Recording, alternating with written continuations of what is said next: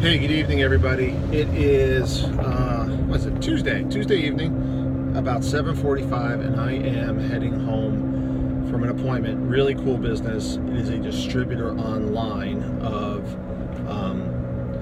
jewelry and findings. So not like gold, but beads, chain, cord, little beads, designer beads, rocks, stones. Just a cool business. Doing about $1 million in sales, and everything's online. So, 300 grand to the bottom line, low fixed overhead, long-term employees. It's like the perfect business for people who want a real business, but it's got some edge to it and some upside with the advancement of technology and social media. Anyways. Topic du jour, E2 visas and what it means for buyers and sellers. So in Florida, in particular, in Central Florida, there are a ton of expats. The majority of buyers and sellers coming from countries like England, Venezuela, Brazil, UK. Over the years, I've seen Moldova, Russia, Bulgaria, Spain, Italy, Nicaragua, Mexico, you name it, they've crossed our path. And there's a lot of misconceptions by the sellers here, the American sellers here in the market, that like buyers of immigration-related businesses are going to pay more. Not in terms of outrageous numbers.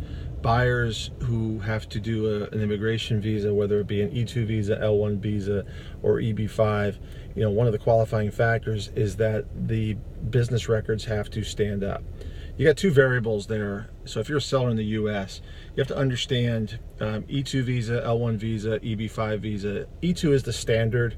The expectation is that a business is cash flowing at least $50,000, provable on the front page of the tax return.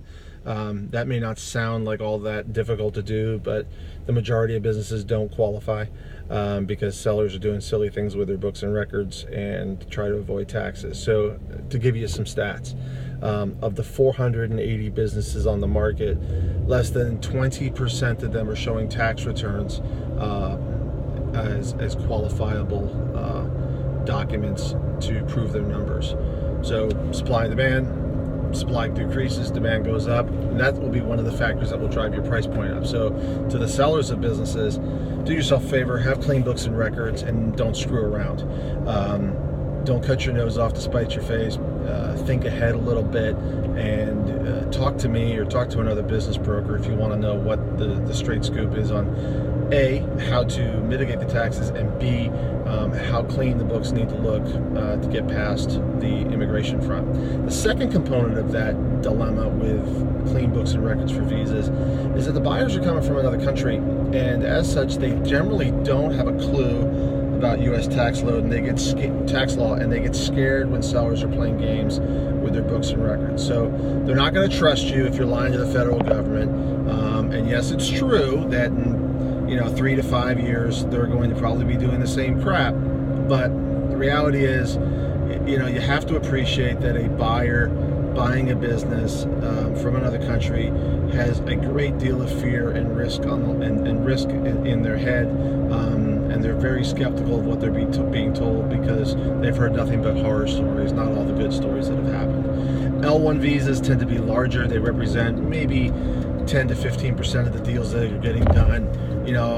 There's no hard and fast rules in terms of how much these things are required to be spent. In fact, if you read the law on the USCIS website, nowhere does it say a minimum amount of expenditure. So, I would challenge any attorney out there to show me the law where it puts an actual quantifiable number on the size of the investment. Now the EB5, that is the exception. I'm not going to say a word about them. They tend to be $500,000 and up, or $1 million and up. I've never done one. I don't ever foresee myself doing one. I think they're a racket from what I've heard, and I've never heard of anybody ever getting it done properly. And frankly, the legal fees on that type of stuff are astronomical. So L1s and E2s are the majority of what happens. E2 visas is 90% of the stuff stuff we're going to see. The average transaction in Orlando is $300,000 and under, so these are families buying jobs. 2-3 people coming in, maybe 4, a young family, putting their life savings on the line to get the deal. Now, to the buyers of businesses for visas, things that are important to you. One is obviously that the documentation, the tax returns, and the financials have to meet the standard of the embassy. The reality is, and I can prove it to you, I can pull the files and show you the deals. Smallest E2 visa I ever did, $35,000, is about 4 years ago. Christmas tree lighting business of all things. Largest I ever did was $1 million. It was a transportation company. Size had nothing to do with it. When you read the law, go to the USCIS website, read the requirements from the embassy. Nowhere does it say a minimum. Nowhere does it say you have to have a lease. Nowhere does it say you have to have a certain number of employees. The critical element to this process for you is picking the right lawyer. I cannot tell you how important that is. And it doesn't even have to be a lawyer. There are some pretty good visa consultants out there as well. The 2 people I use here in town, Jackie Bergen and Lisa Kahn over at Kahn Immigration, which is lisavisa.com. Jackie doesn't have a website, otherwise I give her a hat tip. But call me and I'll give you her number. Same for Lisa.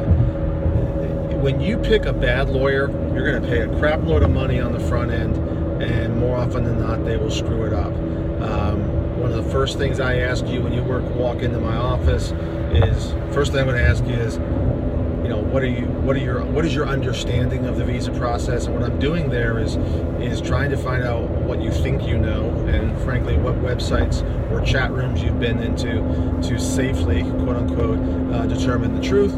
And then I'm going to ask you who your lawyer is. Those 2 things will tell me whether or not you're prepared or not prepared. I'm not an attorney, so I can't give legal advice. What I can share with you is my experience, and to date, 260 transactions, and better than 120 of them have been visa deals. I have never missed on a visa deal. So I have a decent level of experience with what will fly, what will not fly. Critical things: who the lawyer is, follow the instructions, no shortcuts, make sure that the funds are provable. They can't be here in the States, they got to be in the home country. Make sure you have ties to the home country. And then follow our process to a T. From a safety standpoint, you want to make sure you hire a CPA who is familiar with the immigration rules, who understands the sense of urgency required to get through due diligence and to prepare supporting documentation for the visa packet. And then, of course, picking the right broker who knows what the requirements are for both the accountants and the attorneys. Ideally, you want to make sure that those 3 people have a working relationship in addition to the closing attorney, because those 4 people are going to be working hand in hand to get your packet prepared, get you through the due diligence, and help find you a business, and then get you through the closing. The only person who's going to be there at the end helping you will be the broker who's going to get you through and not charge you by the hour for every phone call. The other 2 parties are going to bill you by the hour. Visas are hard, they are very stressful, but they can be done safely. I can honestly tell you, in all the deals I've ever done where I've seen people have problems, is when they have refused advice and picked the wrong counsel. I generally will not ever give you one name from a referral standpoint. I will give you 4 or 5 attorneys, 4 or 5 accountants to assist you in this process, because I don't want to be accused of, giving you somebody that I've handpicked. I want you to make those choices, but I encourage you to interview people. So, do you pay more for visa deals? Well, the reality is there's a lot of people trying to get into the country, and as such, there's competition. And the reality is that sometimes you will get into bidding wars for deals.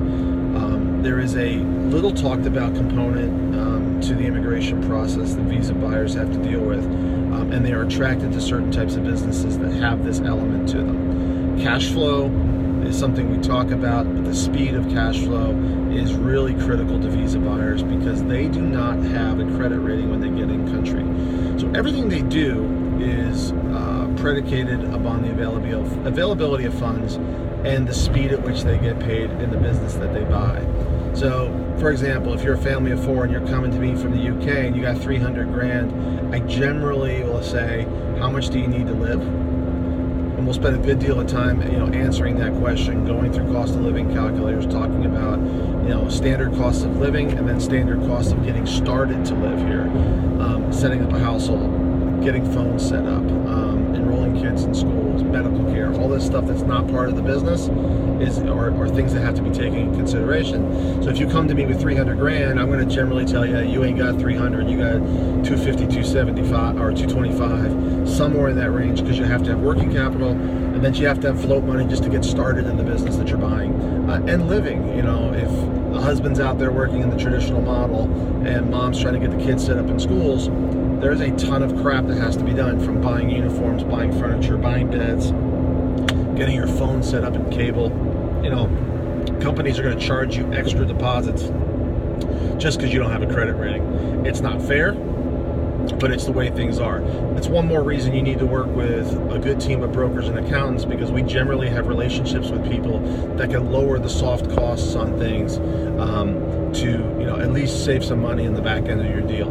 So what do they buy? They generally buy service companies, unless they're really, really crazy liquid. The service companies is what allows them to get that free flowing and speed on cash flow. So if you're a seller of a company, you have good books and records, and you have great cash flow, you're going to be a sought after commodity, assuming you price it right and assuming you're not unreasonable. It is also vital that you work with sellers, or you work with the buyers to make sure they're successful. And we, honest brokers, and you're going to choose as a buyer whether or not you believe somebody's honest or not. We want you to be successful, because the reality is, in 5 to 10 years, as a Visa seller, as a Visa buyer, you're probably going to be selling the business again. And we want to be there to catch you when you fall, or catch you when you got to leave the country. So we try to do it right from cradle to grave on the back end of the deal. So that is Visas, and some things I think are really important for both buyers and sellers to understand. It is not predatory. Do I think some of that goes on out there? Absolutely. I try to show you the comps, both parties, so you know what the even ground is and what the reality of the marketplace is. So as always, 321-287-0349, yourfloridabusinessbroker.com. Have a good day.